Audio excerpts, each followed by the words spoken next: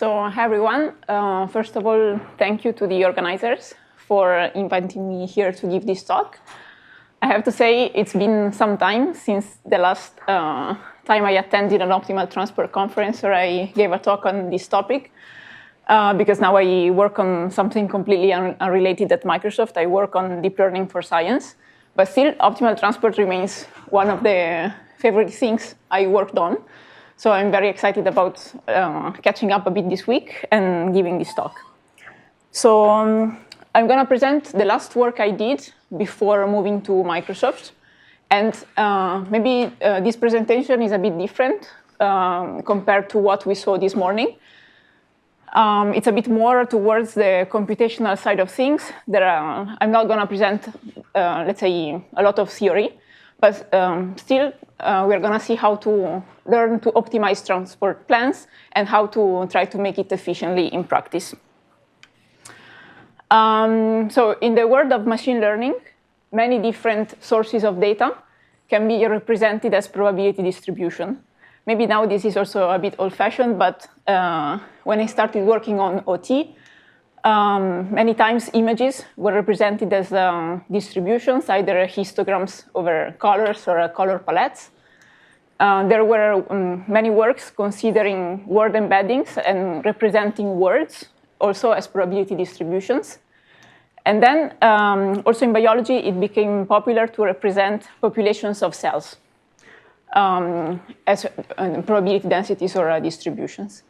And because different sources of data are represented as distributions, it becomes very important to be able to compare and to quantify the distance between distributions themselves. This is because if we want to generate new samples or if we want to predict some errors on the predictions, if we want to compute some errors on the predictions that we are making, then we want to be able to compare different data points. And if we represent the data points as distributions, then different distributions.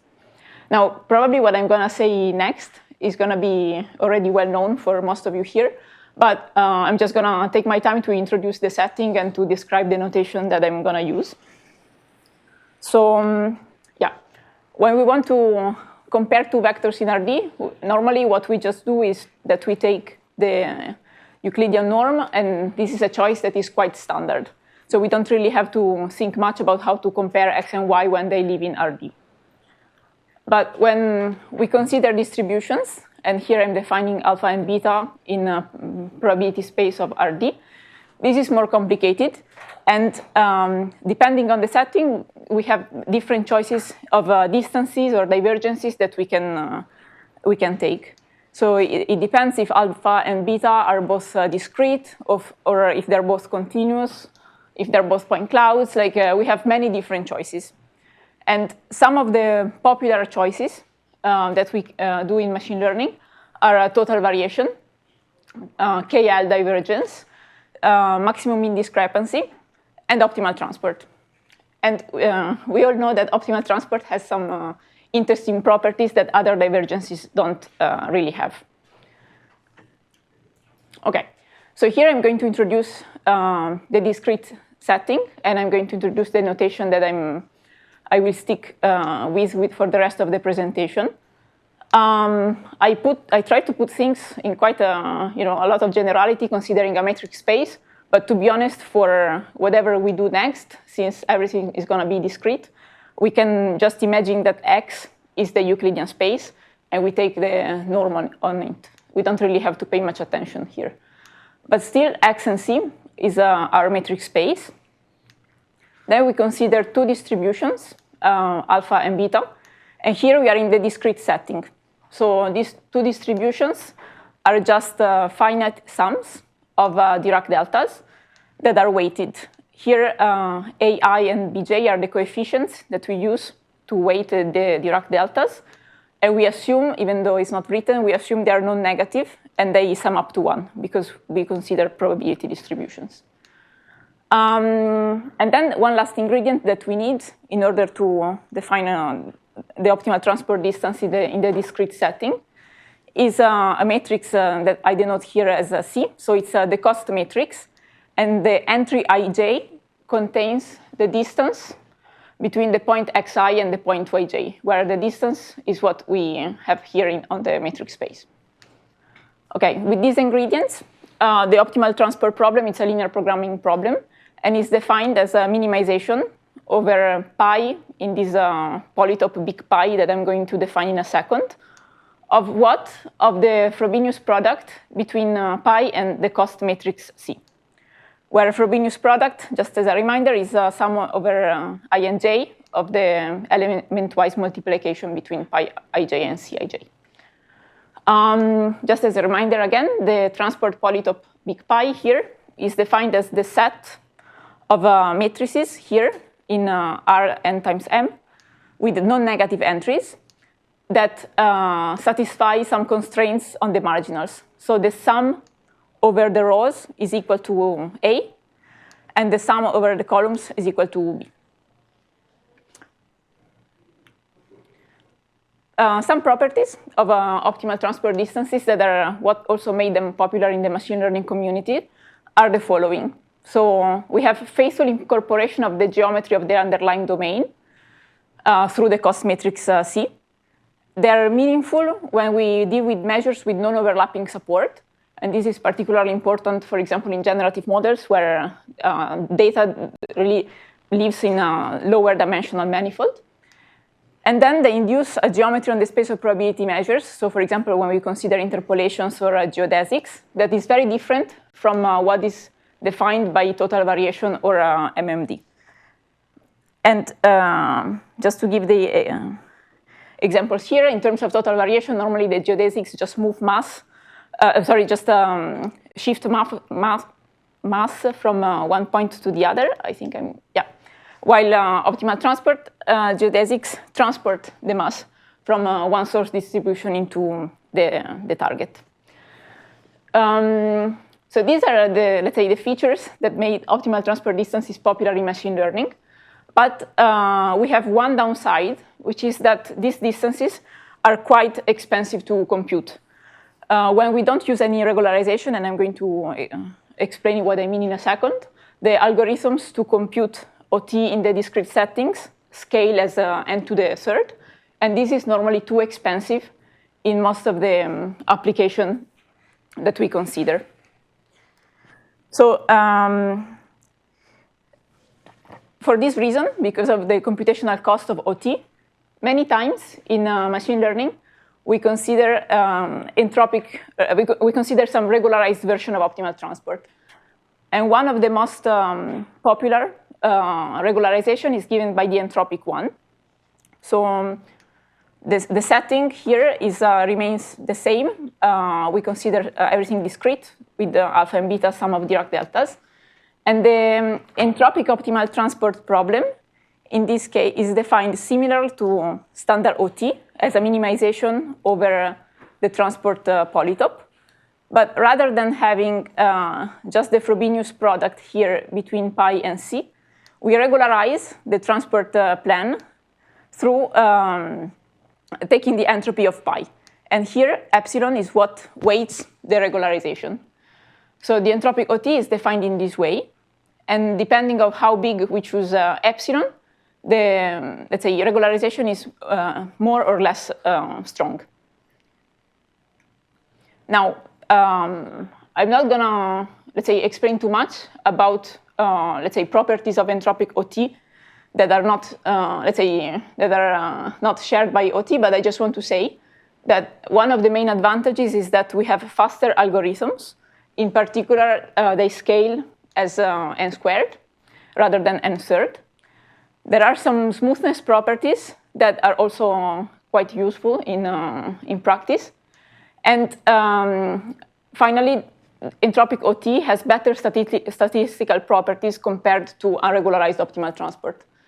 What I mean with this, just to introduce the concept, is that when we want to approximate the distance just given samples of the distribution, when we use regular optimal transport, we need way more samples in order to reach a certain threshold of approximation compared to the regularized version.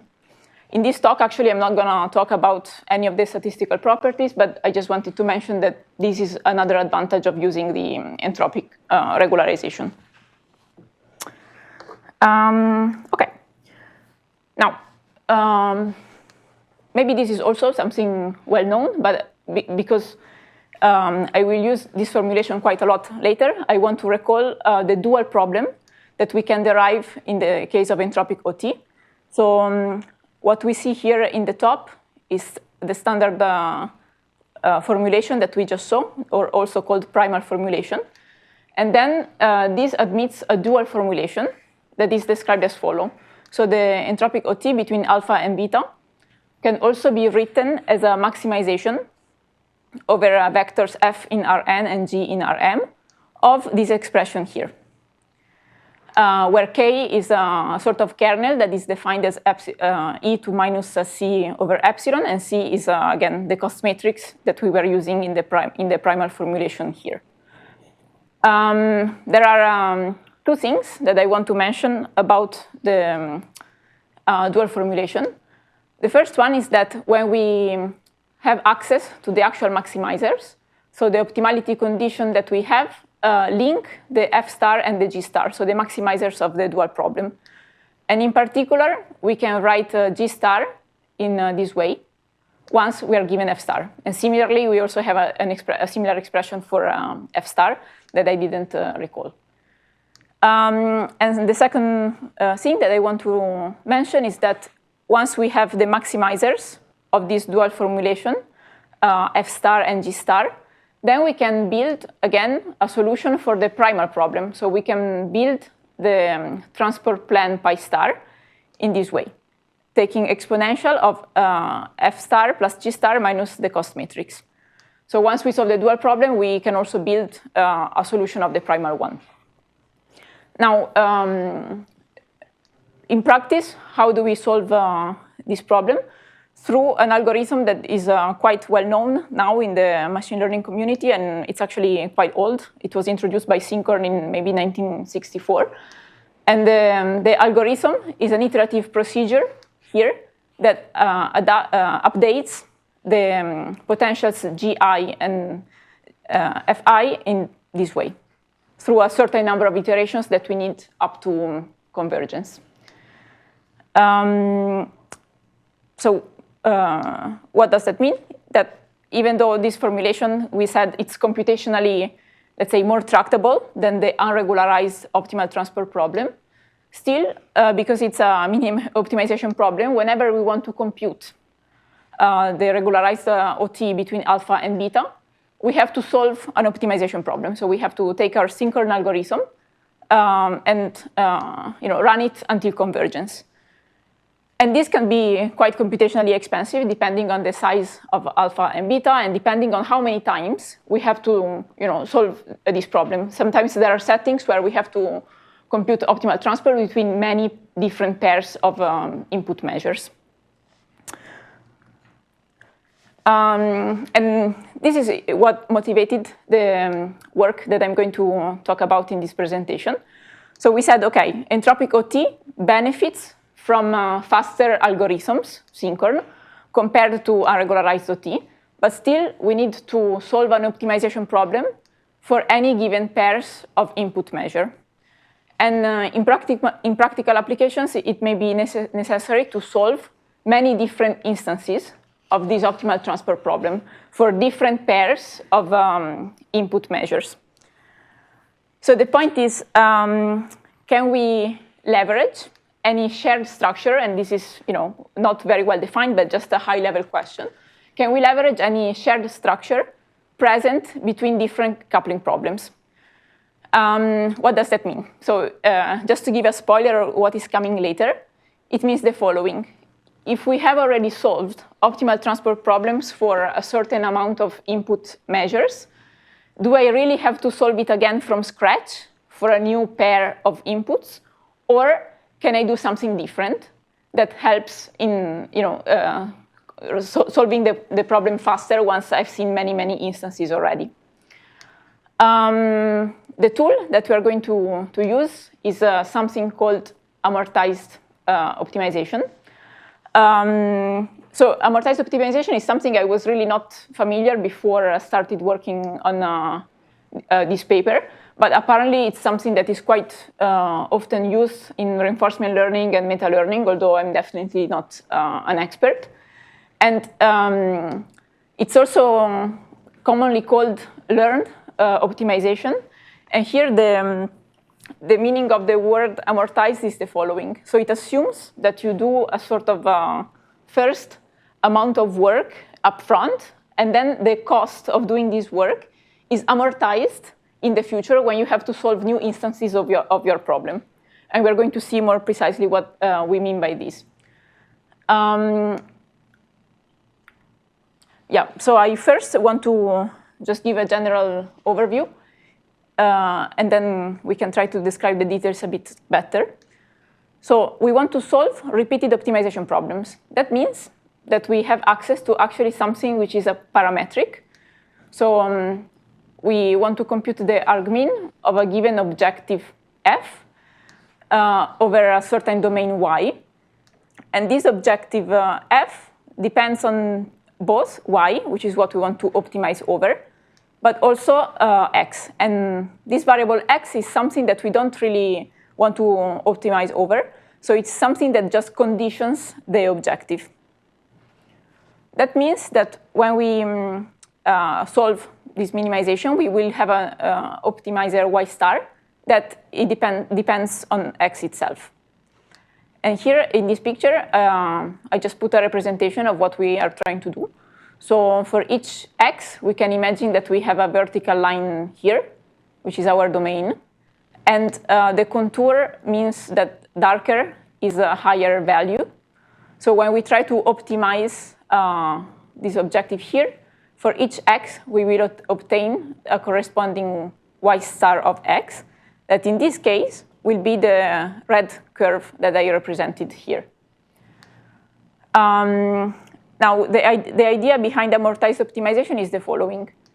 If for a given bunch here of x's, we solve the problem and we obtain the corresponding y star of x, do we really have to solve this problem here for a new instances of x, or can we try to infer where the optimizer y star is going to be?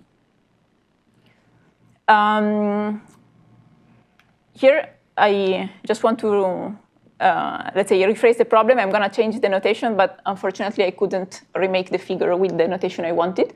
So I will just state it again here, that we have a parametric optimization over a certain domain, z, with a given objective, j. And in this case, the objective is conditioned to something called the context or parametrization, which is this phi over here. We assume that our objective satisfies all the assumptions that we need in order to be able to solve the problem. So we assume it's differentiable. And in one sentence, the amortized optimization studies the use of machine learning in order to improve repeated solves of the optimization problem over J. So in order to improve when we want to compute the solution of this problem for different instances phi. Now, what do we mean to improve? What does that mean? It means that we don't really need to solve the optimization problem for any new context phi, but that instead we train an algorithm that predicts the solution of such optimization problem.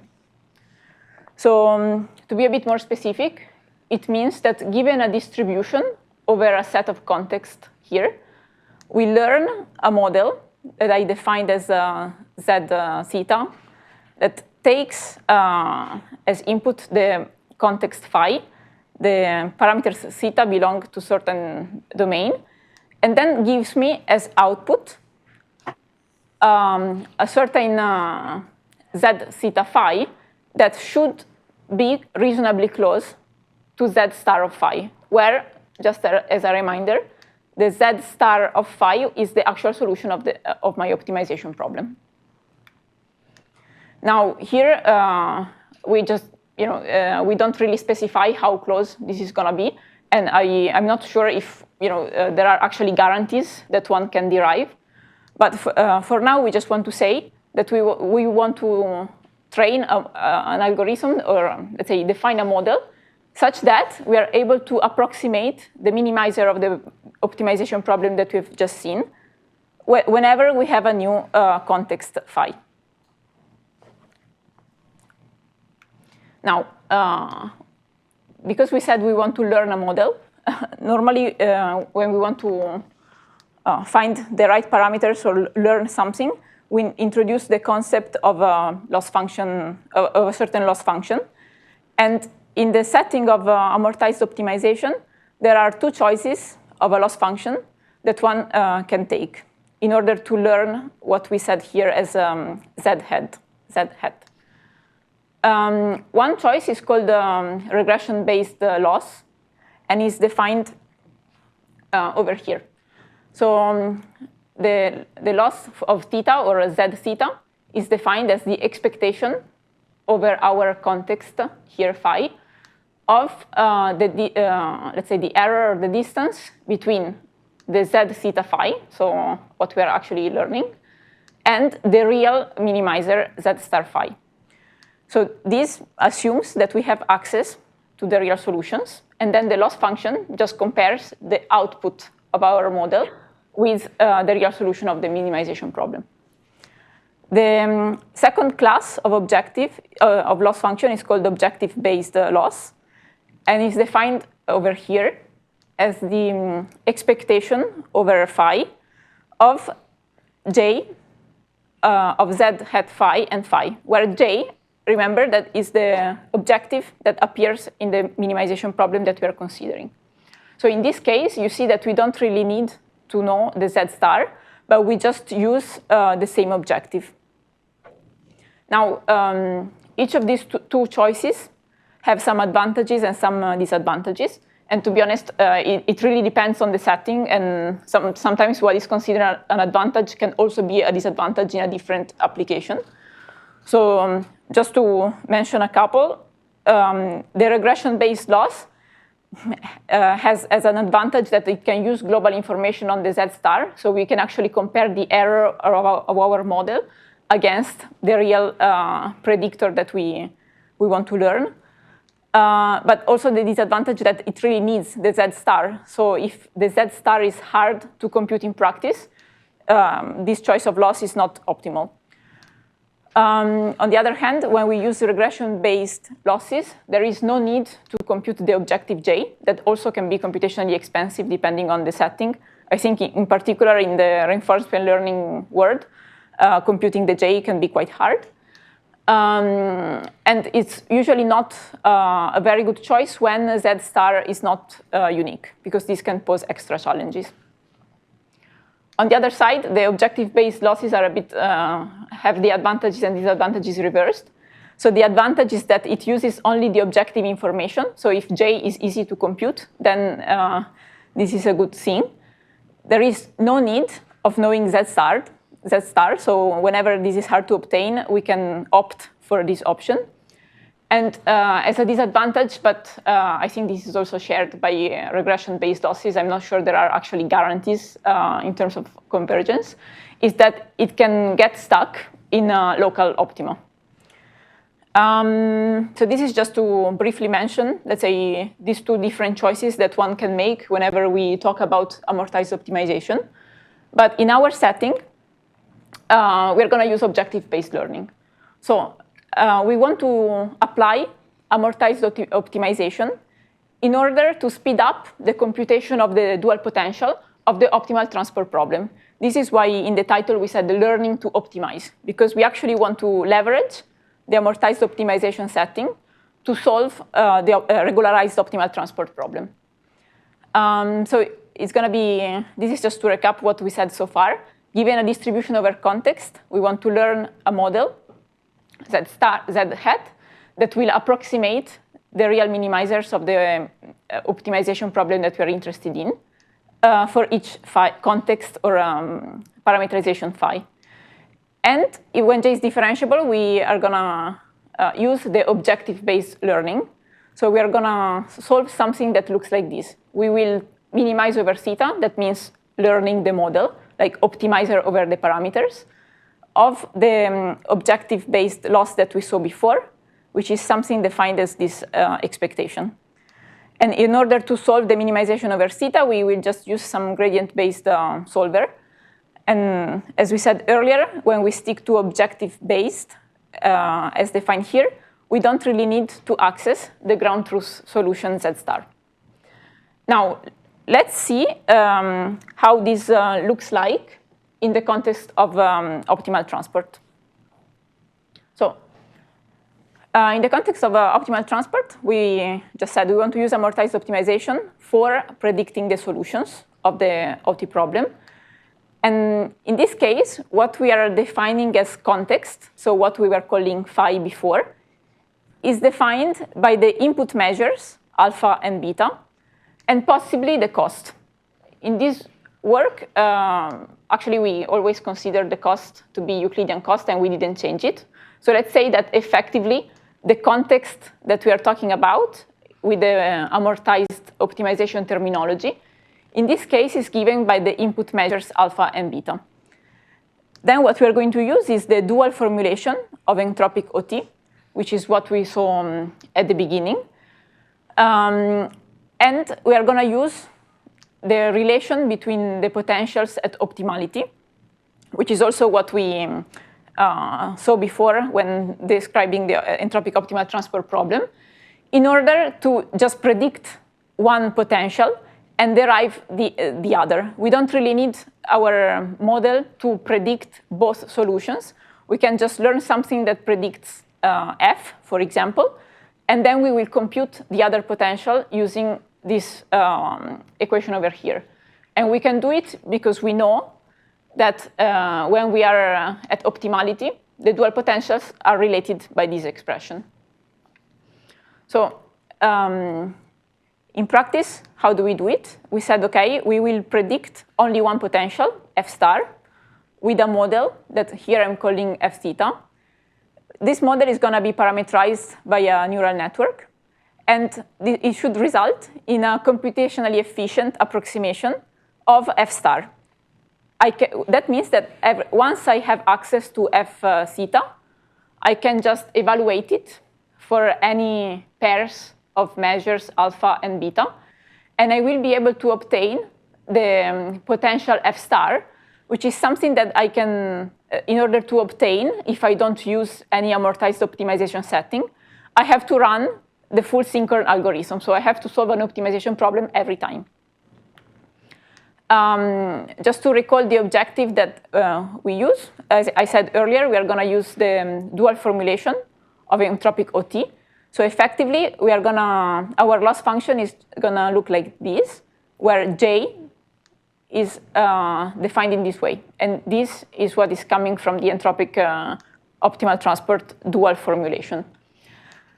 Something to note, this is what I mentioned earlier when talking about amortized optimization and objective-based learning, is that when we compute this minimization over the parameters theta, we don't really need to have access to the ground solution f star. So when we solve this minimization and we want to learn the model, we don't need to compute every time Sinkhorn in order to obtain f star, but we can just use this objective over here. Now, this approach of obtaining a model f theta and then deploying it as a proxy to obtain the optimal potential is something that we call meta-optimal transport. The related work was published in ICML now 2 years ago. And the reason why we call it meta-OT is because we assume that we are not really solving every optimal transport problem by itself, but we're solving a meta-problem where that every time we can just instantiate for a given new input of measures alpha and beta. Right. So I just want to, let's say, summarize what I said so far with the diagram. We said, OK, we stick to the entropic optimal transport formulation in the discrete setting. Here, we will have alpha, beta, and possibly the cost function c, if you want, as context or parameterization. We will use this as input together with some parameters theta that we learn in order to obtain an approximation of the dual potential F star. Once we have the dual potential F star, we can compute the other potential G star, because we know that these two potentials are related at optimality condition. And once we have F star and G star, we can obtain, this is supposed to be a pi, we can obtain the pi star, which is the transport problem or the solution of the primal formulation. And this is, let's say, the whole pipeline of how we leverage amortized optimization in order to learn to predict what we're calling transport plans. This is how it would look like on the left if we were to solve the primal formulation directly. But what we do in practice is that we stick to the dual. So we actually predict F star first.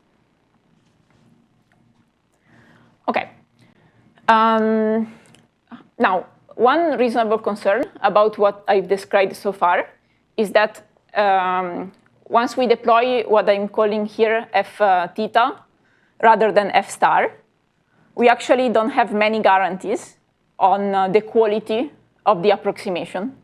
And this is a fair concern. Of course, we are giving a trade-off between accuracy and computational efficiency. But there are two things to note here about what we can do, and are the following. So first, we know that F theta is supposed to approximate F star. And what we also know is that if we build the original transport problem from our F star, as I said here, we know that this has to satisfy certain constraints on the marginals, by definition of being a transport problem. So if I compute this transport plan, given my F theta, and I obtain something that really violates the constraints on the marginals, I know that my approximation is not very good. So I have some sort of control on the quality of the approximation that I'm obtaining. And that means that one doesn't really have to use the F theta as it is, but can also try to improve it or fine-tune it further. And this is what I mean with refining a good initial guess. So let's say if the quality of our approximation is not good enough, what we can do is that we can take this F theta and then simply use it as initial condition when running Sinkhorn. Rather than starting from scratch, we start from an initial guess that should be already close enough to the solution.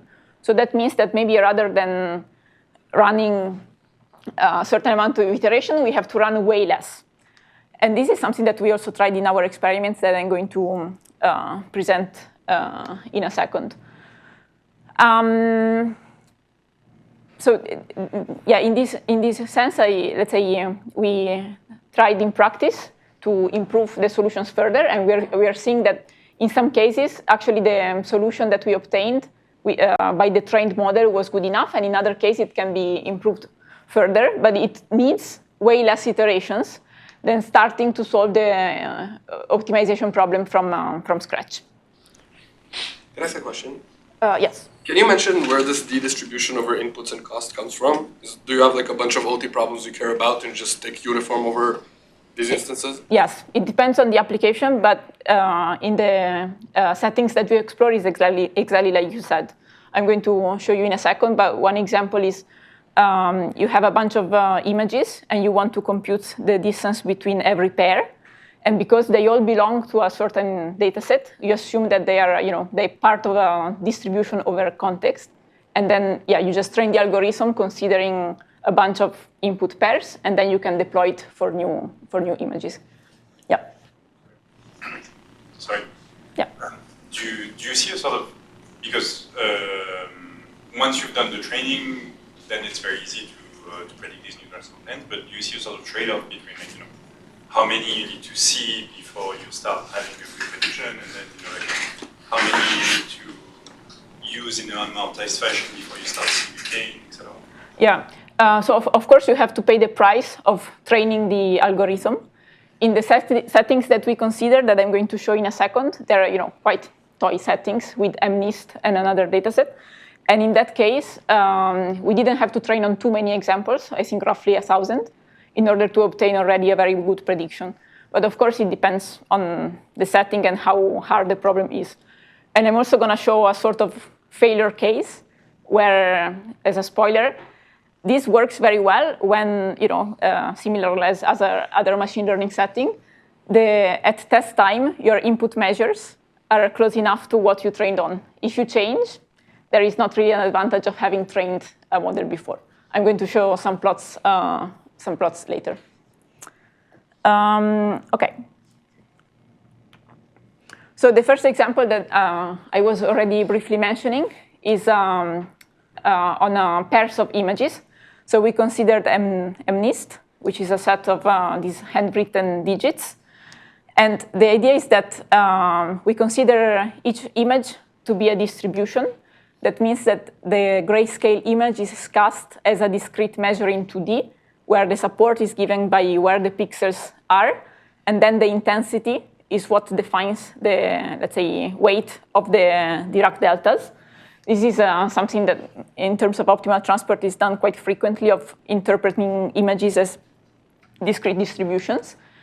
And then the meta-OT model F theta was just a simple MLP with a couple of layers that predicts the optimal transport map in the way that I described earlier. So here there are two examples. We actually have first the coupling between alpha 0 and alpha 1, and then separately from alpha 1 to alpha 2. So we can see two different examples.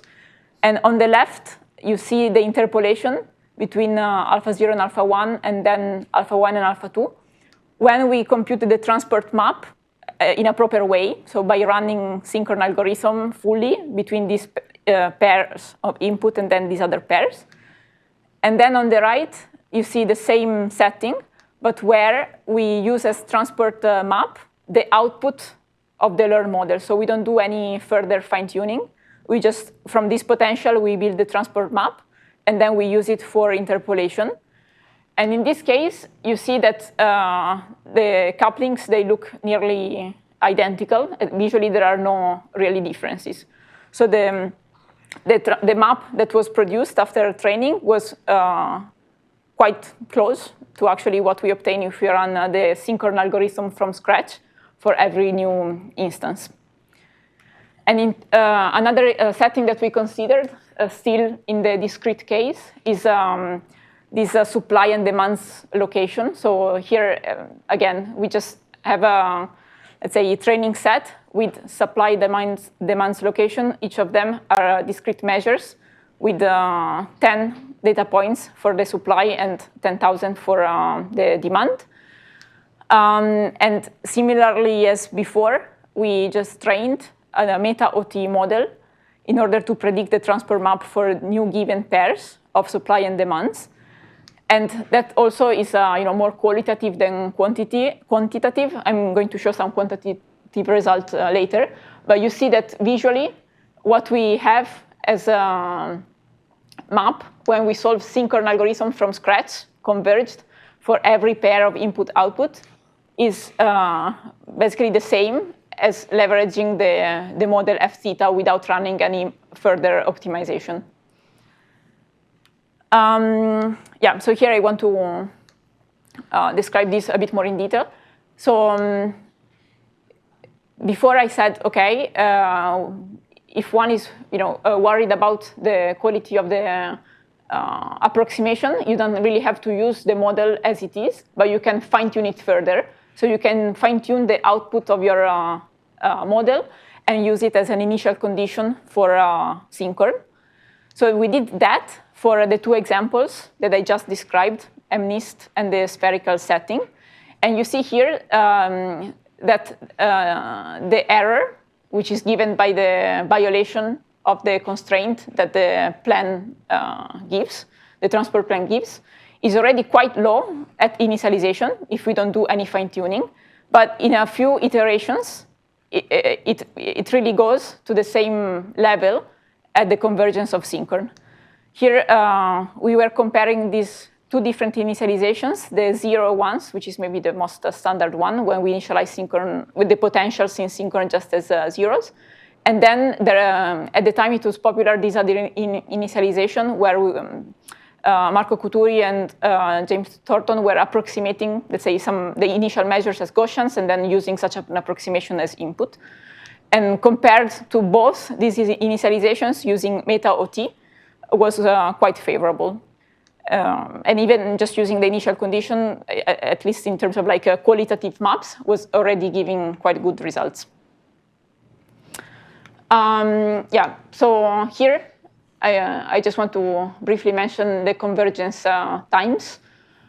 In the settings that I just described, where we compare initializations at 0 with Gaussian approximation or with the meta-OT. I have to say these problems were quite small and not very complicated, but still there is already an advantage in using meta-OT as initialization in order to reach all these different thresholds on the errors that we have on the marginals. And of course, just to reiterate on this, in order to use the meta-OT initialization, you have to train the model beforehand. But this is a price that you're willing to pay if you decide to use this amortized optimization setting. So here I want to spend a few words on the out of samples generalization. Is what I mentioned earlier about, I'm generally curious, how many samples do you take for training the initial meta-OT network?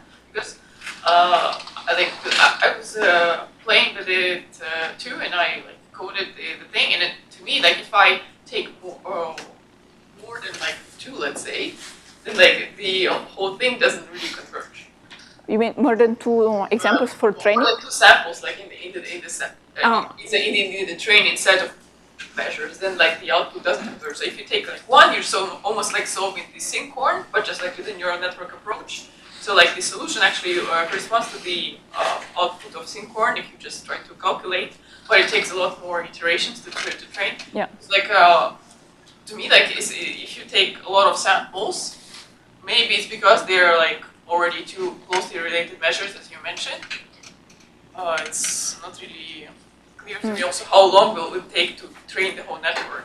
So I only played with these 2 examples that I reported here, at least in the discrete setting, so MNIST and the spherical, let's say, demand and supply locations.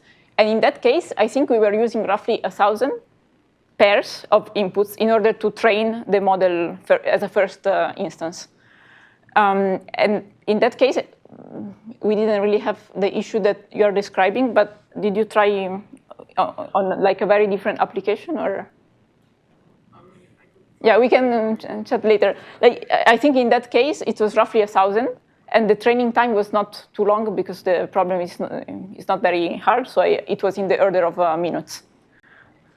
I have the impression that if you only train on just 1 or 2 examples, then you cannot generalize because you're. The thing is, I was playing with I'm trying to do Gaussian methods or 3 because I generalized to a multi-marginal case. Mm-hmm. And then I was trying to change a little bit the marginals and then see how it evolves. Okay.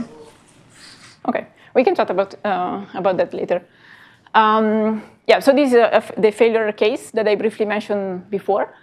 The setting that I described works well when we train our meta-OT model on a certain set of input measures, and then at test time, the input measures are going to be similar. If we try to change dataset at test time, then the advantage of having the meta-OT potentials as initialization is not really that much clear anymore.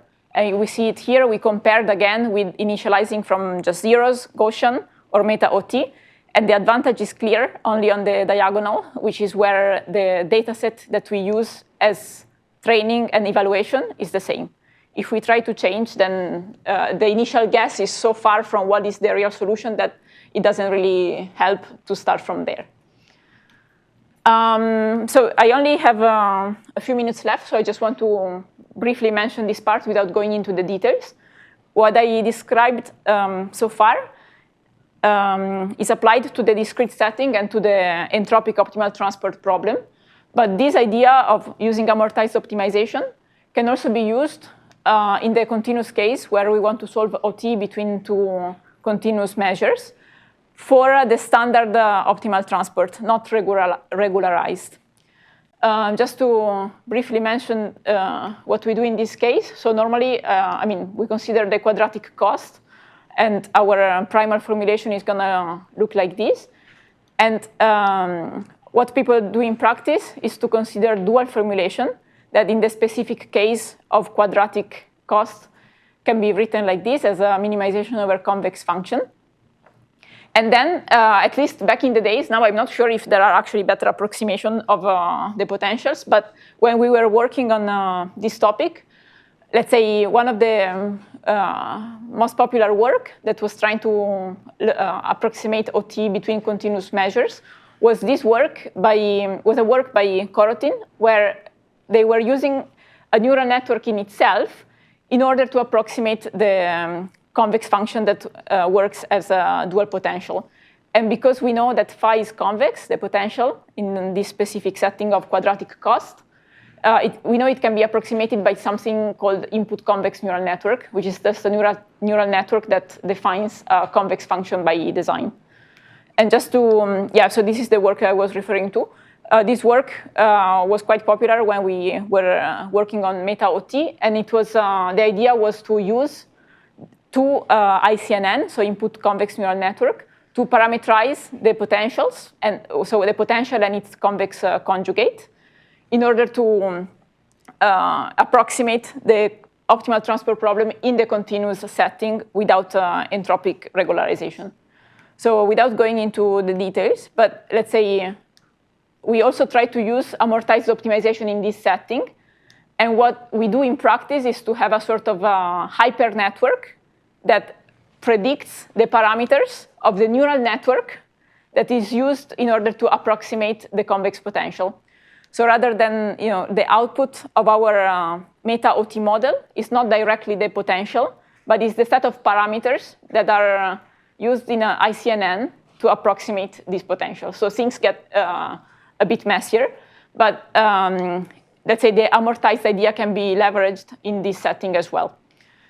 And yeah, I just want to show one example of how we use that in practice. So we used it for color transfer, which was also quite popular application at the time.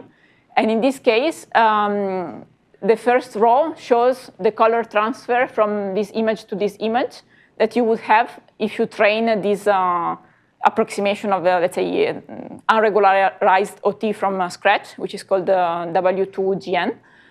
And the line below is if you use the meta-OT approximation rather than solving it. And again, visually, it's quite similar. And quantitatively, also we had quite good results in terms of saving time in training. But I have to say, we didn't really explore this continuous setting that much. The work was more based on the discrete one. I just want to mention that after we published the meta-optimal transport work, a few other papers leveraged the idea of amortized optimization in different settings related to optimal transport.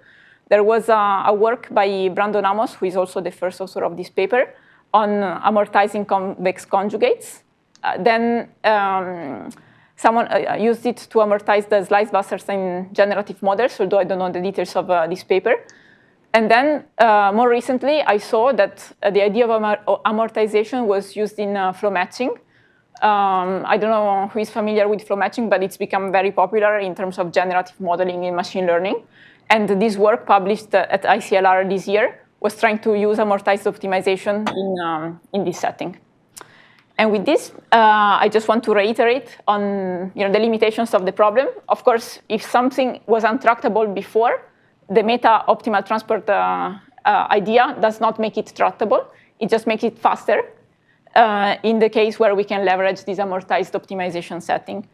And when it comes to out-of-distribution, we saw earlier, at least in the way that we tried it, it doesn't really generate good enough prediction. So it's more useful when we really have a good alignment between training and evaluation. And with this, I want to conclude, and thank you for the attention.